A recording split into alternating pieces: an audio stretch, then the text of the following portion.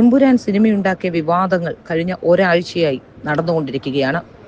വിവാദങ്ങളുടെ ബാക്കിപത്രമായി ഇപ്പോൾ സെൻസറിംഗ് ഏർപ്പെടുത്തിയിരിക്കുന്നു. സ്ത്രീകൾക്കെതിരായ അക്രമവും കലാപത്തിലെ ചില രംഗങ്ങളുമാണ് നിർമ്മാതാക്കൾ ഇപ്പോൾ ഒഴിവാക്കാൻ തുടങ്ങുന്നത്. വോളണ്ടറി മോഡിഫിക്കേഷൻ നടത്തിയ പതിപ്പ് സെൻസർ ബോർഡ് പരിഗണിക്കുകയാണ്. വിമർശനാത്മകമായി ഇത് കാണാനാണ് സെൻസർ ബോർഡിന് കിട്ടിയ നിർദ്ദേശമെന്നാണ് ഇപ്പോൾ ലഭിക്കുന്ന വിവരം. എമ്പുരാന്റെ റീ എഡിറ്റഡ് പതിപ്പ് വ്യാഴാഴ്ചയോടെ തിയേറ്ററുകളിലെത്തും. ആദ്യ 30 മിനിറ്റിൽ കാണിക്കുന്ന ഗുജറാത്ത് കലാപരംഗങ്ങൾ കുറയ്ക്കും. കേന്ദ്ര സർക്കാരിനെതിരായവരെ ദേശീയ ഏജൻസി കേസിൽ കുടുക്കുന്നതായി കാണിക്കുന്ന ഭാഗങ്ങളിൽ ചില മാറ്റങ്ങൾ വരുത്തും. ബാബ ബജ്രംഗി എന്ന വില്ലന്റെ പേര് മാറ്റാൻ തന്നെ ആലോചനയുണ്ടെങ്കിലും സിനിമയിൽ ഉടനീളം ആവർത്തിക്കുന്ന പേര് മാറ്റാൻ സാധിക്കുമോ എന്ന് വ്യക്തവുമല്ല. സിനിമയിൽ ഭേദഗതി വരുത്തിയാൽ വീണ്ടും സെൻസർ ബോർഡ് കാണണം എന്നാണ് ചട്ടം. അതിനാൽ നടപടിക്രമം പൂർത്തിയാക്കി സിനിമയുടെ പരിഷ്കരിച്ച പതിപ്പ് തിയേറ്ററിലെത്താൻ വ്യാഴാഴ്ചയെങ്കിലും ആകും. റീ എഡിറ്റിംഗിന് മുമ്പ് ചിത്രം കാണാൻ വൻ തിരക്കാണ് ഇപ്പോഴെന്നാണ് പറയുന്നത്.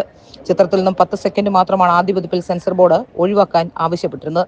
സ്ത്രീകൾക്കെതിരായ അക്രമവും ദേശീയ പതാകയെ സംബന്ധിക്കുന്നതുമായ ചില ഭാഗങ്ങളായിരുന്നു ഇത്. ചിത്രത്തിൽ ഗുജറാത്ത് കലാപത്തെ പരാമർശിക്കുന്ന ചില ഭാഗങ്ങൾക്കെതിരെ BJP കടുത്ത വിമർശനം ഉയർത്തിയിരുന്നു. സെൻസർ ബോർഡിലെ RSS നോമിനികൾക്ക് ഇക്കാര്യത്തിൽ വീഴ്ച സംഭവിച്ചുവെന്നായിരുന്നു ആരോപണം. Tapasya general secretary GM Mahesh ഉൾപ്പെടെ 4 പേർ സെൻസർ ബോർഡ് കമ്മിറ്റിയിലുണ്ട്.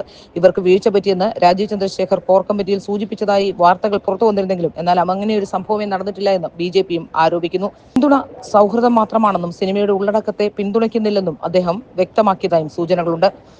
അതിനിടെ ആഗോളതലത്തിൽ ആദ്യ ദിനം ഏറ്റവും അധികം കളക്ഷൻ നേടുന്ന മലയാള ചിത്രവും എമ്പുരാനായി മാറിയെന്ന അവകാശവാദം നിർമ്മാതാക്കൾ ഉയർത്തിക്കഴിഞ്ഞു.